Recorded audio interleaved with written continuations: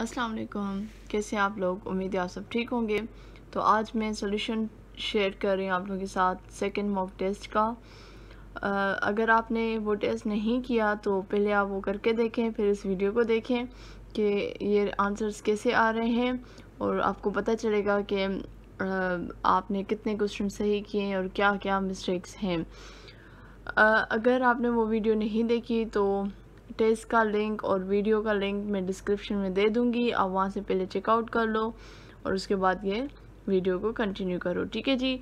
तो अगर आपने मेरे चैनल को सब्सक्राइब भी नहीं किया तो प्लीज़ सब्सक्राइब कर लें। क्लास 3, 4, 5, 6 के जो एक्सरसाइज है वो सारे मैंने करवा चुकी हूँ। मैं प्लेलिस्ट में जाकर आपको वीडियो मिल जाएंगी।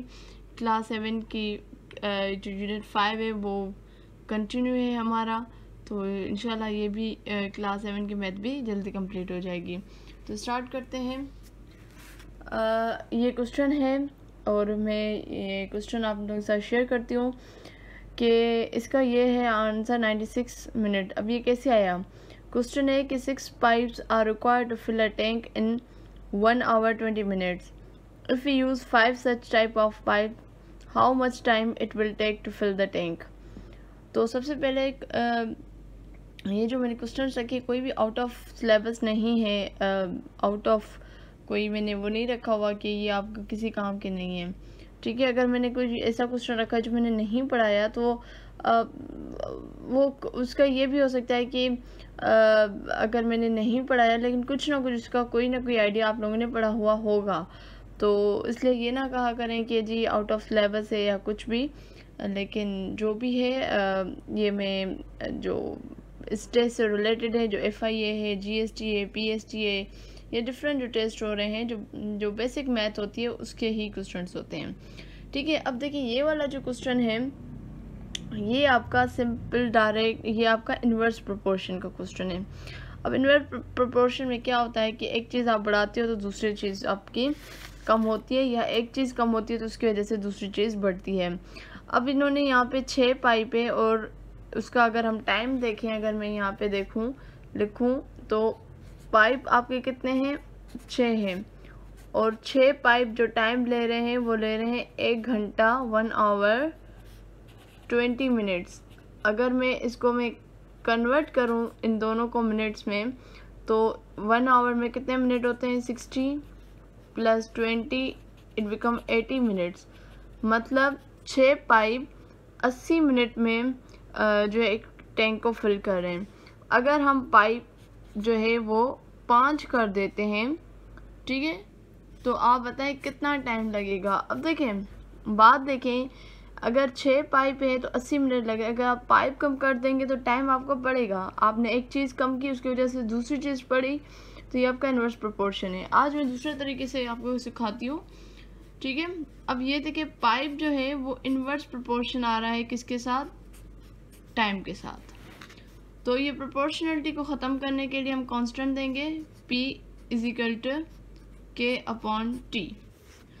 अब आपको जो वैल्यूज़ दी गई हैं आप उन वैल्यूज़ को पुट करके आप पहले K की वैल्यू मालूम करेंगे।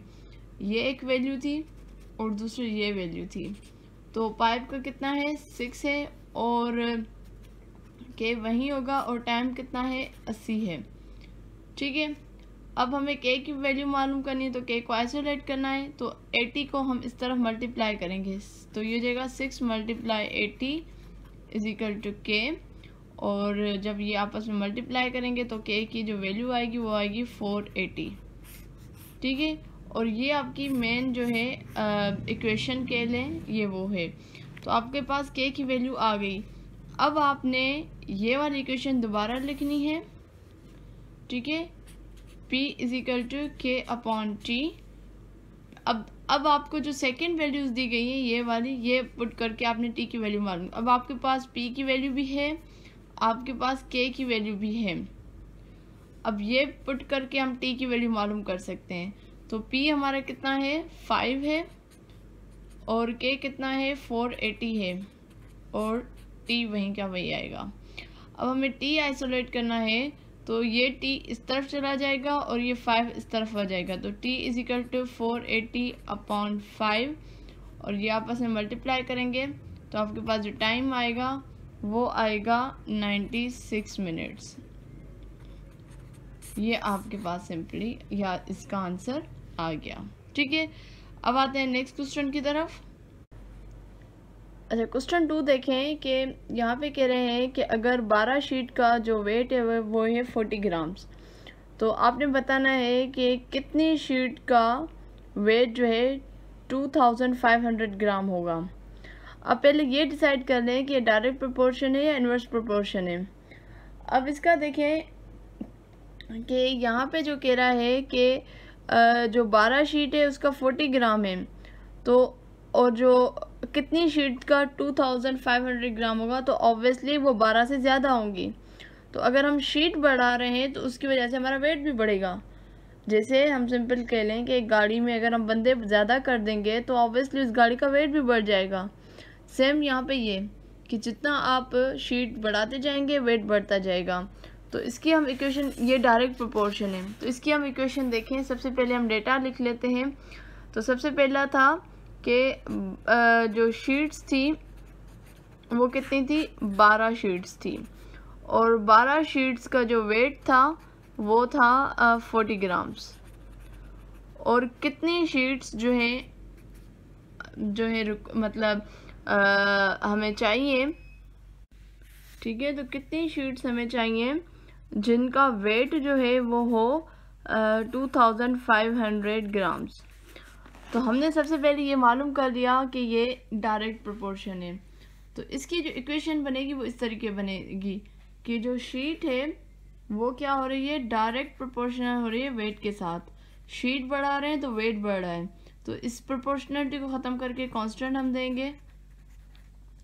अगेन अब ये वाले जो हमारे पास दो वैल्यूज़ इन्होंने दी हुई हैं, ये पुट करके हम के की वैल्यू मालूम करेंगे। तो शीट कितनी है, 12 है, ठीक है, और उसके अलावा के सेम रहेगा, और वेट कितना है, वेट है 40 ग्राम।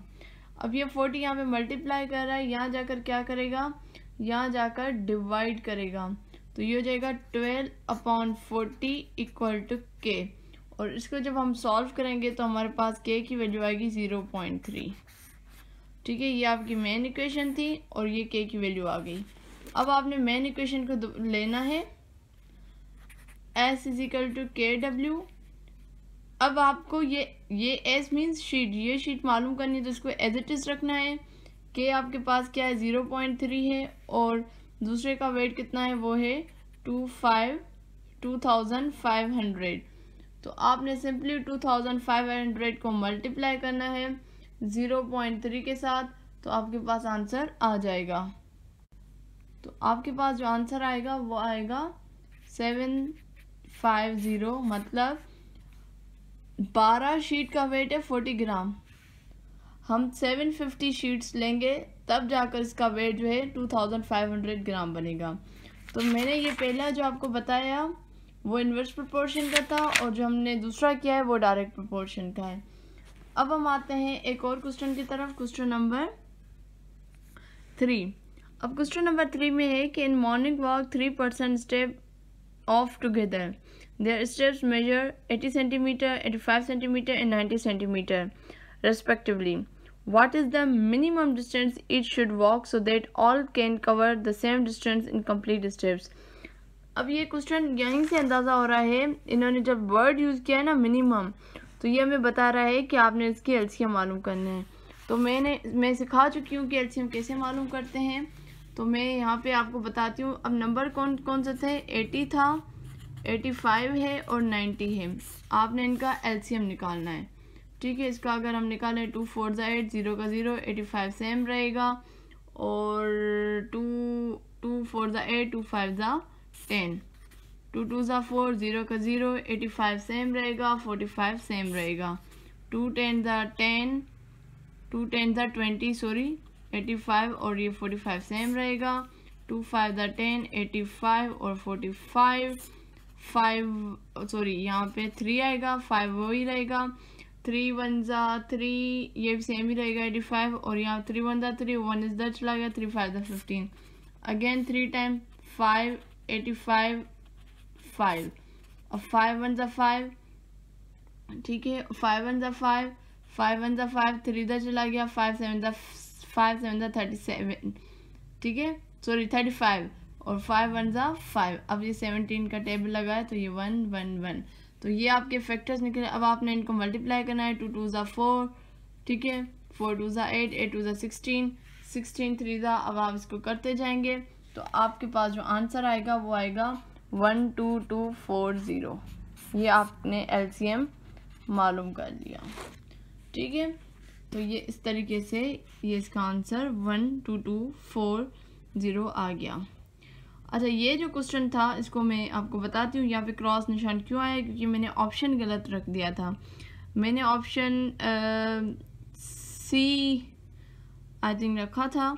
मैं इसको बताती हूँ आपको और सॉल्व भी करते हैं इस क्वेश्चन को मैं कॉपी पे लिखती हूँ ताकि आपको सही से क्लियर नज़र भी आए। अब ये क्वेश्चन देख लें कि स्कूल बैग है, उन्होंने परचेज़ किया 180 का और फिर सेल किया 235 का। तो आपने ये तो पता चल गया कि प्रॉफिट ही हासिल किया, लेकिन आपने बताना है कितना % प्रॉफिट हासिल किया हुआ है। ये क्वेश्चन इसमें मैंने ऑप्शंस गलत रख दिए हैं। 25 जो नियरेस्ट है। अब सम टाइम ऐसा होता है कि आपके पास आंसर कुछ और आ जाता है लेकिन नियरेस्ट पर आपने सेलेक्ट करना होता है, तो मैंने उसको सेलेक्ट करके किया, लेकिन ऑप्शन मुझे सही रखना था इसका, लेकिन इसका थोड़ा सा ये आ गया है। इसको हम करते हैं। अब आपको मैं फार्मूला बता दूं ताकि आपको ये रिपीटेशन हो जाए। फार्मूला होता है % upon cost price into 100 percentage मालूम करनी है।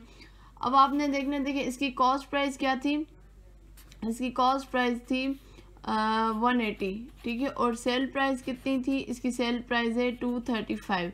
अब आपने सबसे पहले प्रॉफिट मालूम करना है, तो आपने क्या करना है, सेल प्राइस में से कॉस्ट प्राइस माइनस कर देनी है, तो आपके पास प्रॉफिट आ जाएगा विच इज़ दी 55। तो 55 का प्रॉफिट हुआ, कॉस्ट प्राइस कितनी थी 180 और मल्टीप्लाई 100, इन सब तीनों को आप करेंगे तो इसका आंसर आएगा 30.555%। तो ऑप्शन में 30 था नहीं तो मैंने 25 रखा, ठीक है, वरना मुझे 30 ही रखना चाहिए था। अब आते हैं नेक्स्ट क्वेश्चन की तरफ।